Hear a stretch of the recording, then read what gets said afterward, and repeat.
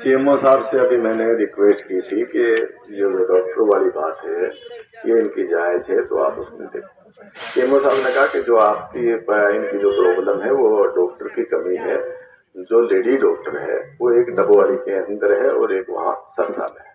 अगर lady doctor वहाँ पहुँचना संभव नहीं है। अगर लेडीज को कोई दिक्कत होती है तो जो यहाँ नर्सिस वगैरह हैं 3 लगा रखी हैं, वो देखने के बाद उसको तुरंत एम्बुलेंस में डबवाड़ी रेफर कर सकती है, वहाँ उनका इलाज कर दिया जाएगा। तीसरा जो उन्होंने ये कहा कि हमने एक प्राइवेट डॉक्टर ऑन रिक्वेस्ट जो है वहाँ 15 दिन में एक बार जाकर के लेडीज को चेक करने के लिए लगा दी है, जो प्राइवेट डॉक्टर है।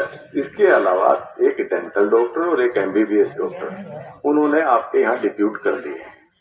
अन्य हेडक्वार्टर को उन्होंने लिखा हुआ है, वहाँ हेडक्वार्टर से मंजूरी आने के बाद चंडीगढ़ से जो आदेश होंगे उसी अनुसार आपके लगा दिया।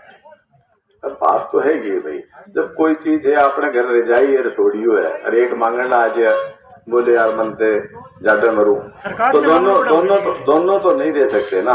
तो आप तो यही कहेंगे भाई कह तो छोड़ियो तू ले जा भाई, कह रहे जा उसी बंदे दे तो ये बात बना कौन तो वही बात है। उन्होंने जो उपलब्ध हो सकता था 2 डॉक्टर आपके लगा दिए हैं।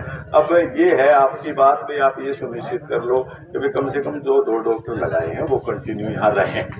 जो उपलब्ध साधन थे वो सीएमओ साहब ने लगा दिए।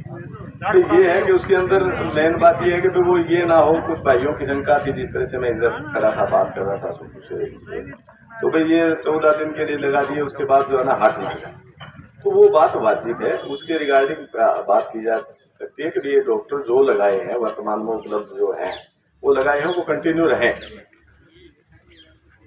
अब जो चीज है ही नहीं दिया उसको मेरे को बताओ कहाँ से लेके।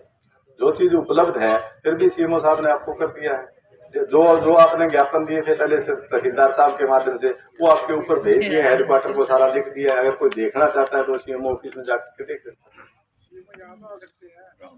ऐसा है भैया, कोई नहीं मैं बोलूंगा एक बार बात रख दो पूरी। ऐसा है कि सारी चीजें यहाँ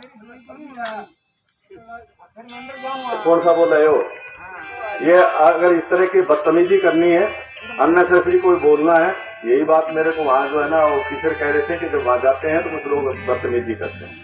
बदतमीजी नहीं करनी चाहिए, सेंसिबल लोग सारे बैठे हैं, एक आध आदमी है ना वो पूरे गांव को बदनाम ना करे, मेरी पर्सनली रिक्वेस्ट है। सेंसिबल तरीके से बात करें, कोई प्रशासनिक अधिकारी आता है कोई और आता है तो उससे सेंस बनता है कि जो आपकी मांग है उस हिसाब से बात करें। मैं पहले भी आपके बीच में आता रहूंगा, आगे भी आऊंगा, कभी ऐसी बात हुई नहीं जो आई है। तो एक आध आदमी है वो बिना मतलब से सारे गांव के बीच में जो समस्या है उस पर बात करने दे, बिना वजह की बात ना करें। अब और बताओ भी क्या समाधान हो सकता है। आपने अपनी पूरी बात रख दी।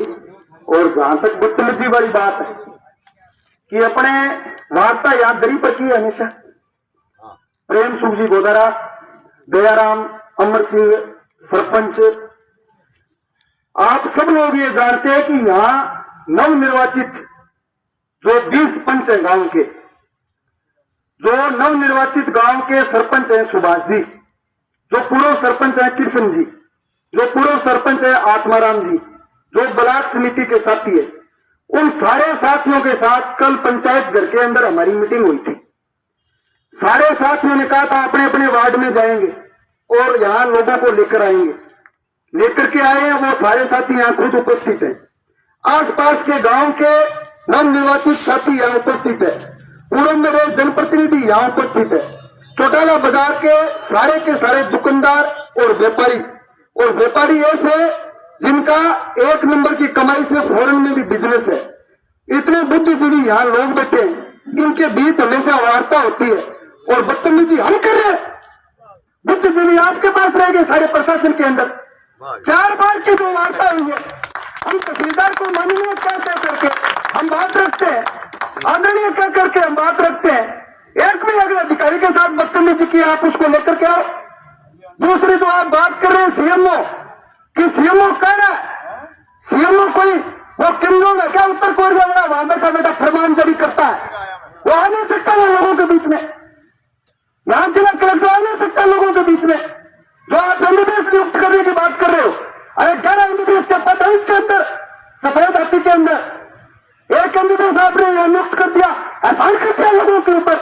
जो आपने दंत चिकित्सक यहाँ कोई नियुक्त कर दिया होगा 15 दिन डेपुटेशन के ऊपर, कोई एहसान कर रहा, वो नौकरी करते हैं जनता की। सरकार ने कोई नीचे का बाग लगा रखा है क्या? वहां से वो उनको सैलरी देते हैं, ये जनता का टैक्स देता है। एक एक गरीब आदमी, एक एक दुकानदार आदमी, ये व्यापारी महीने के करोड़ों रुपए यहाँ टैक्स देते हैं। देवीलाल जी बात करो कर रही कोड़ी में भाई, एक मिनट बात सुन, बात करो कर रही। अच्छा दूसरी, सब पार्टियों के यहाँ लोग बैठे हैं, यहाँ चौधरी ओम प्रकाश हिटलर का पत्ता बैठा है, बुद्धि कबीर तो आपके पास है, नंबरदार आगे यहाँ और बदतमीजी कर रहा है। आपको जो कार्रवाई करनी है वो करो, आपको जो कार्रवाई करनी है करो। एक मिनट सुनिए मित्र, शिक्षा देने का प्रयास, मेरे को बात करनी दो। मैंने मित्रों यही बात कही, कोई अफसर आता है और आता है किसी भी अफसर के साथ साथियों बदतमीजी किया क्या किसी अफसर के साथ? एक मिनट, किसी भाई साहब करीब बोलिए, किसी भी अफसर के साथ बदतमीजी किया क्या? बता दो आप किसके साथ किया? आप एक नाम बता दो। मैंने यही यहाँ कोई अफसर आता एक महाराज बोल के यहाँ बदतमीजी मत करिए, कोई एक आधा आदमी पूरे काम को बदनाम कर, इसमें गलत क्या है? मैं तो यहाँ पर बोल के पीछे अरे सर 500 मैं यही कह रहा हूँ, कोई अफसर आता है आप कहीं एक बार सारे बात सुनो भाई। अरे अरे अरे अपने को डिमोरलाइज करने का प्रयास हो रहा भाई, अपने आंदोलन को बिगाड़ने का प्रयास हो रहा। आप बात सुनो सारे, ये कह रहे हैं कि एक दंत चिकित्सक लगा दिया, एक एमबीबीएस लगा दिया और जो प्राइवेट डॉक्टर ये लगाने की बात कर रहे। अब आप सुनो, प्राइवेट डॉक्टर, वो डॉक्टर तुम्हारा नहीं है भाई, वो डबवाली का निजी अस्पताल है, बॉम्बे हॉस्पिटल। वो जब डॉक्टर यहाँ आई थी ना, उसने कहा कि महीने के अंदर मैं 2 दिन यहाँ आऊंगी। हमने उसका सम्मान किया था माला डालकर, नहीं किया था आप लोगों के बीच में। और वो स्कीम है, सुनो, प्रधानमंत्री सुरक्षित मातृत्व योजना के तहत सही तरीके से अस्पतालों में डिलीवरी और जच्चा और बच्चे की सुरक्षा का ध्यान देना इस योजना का खास मकसद है।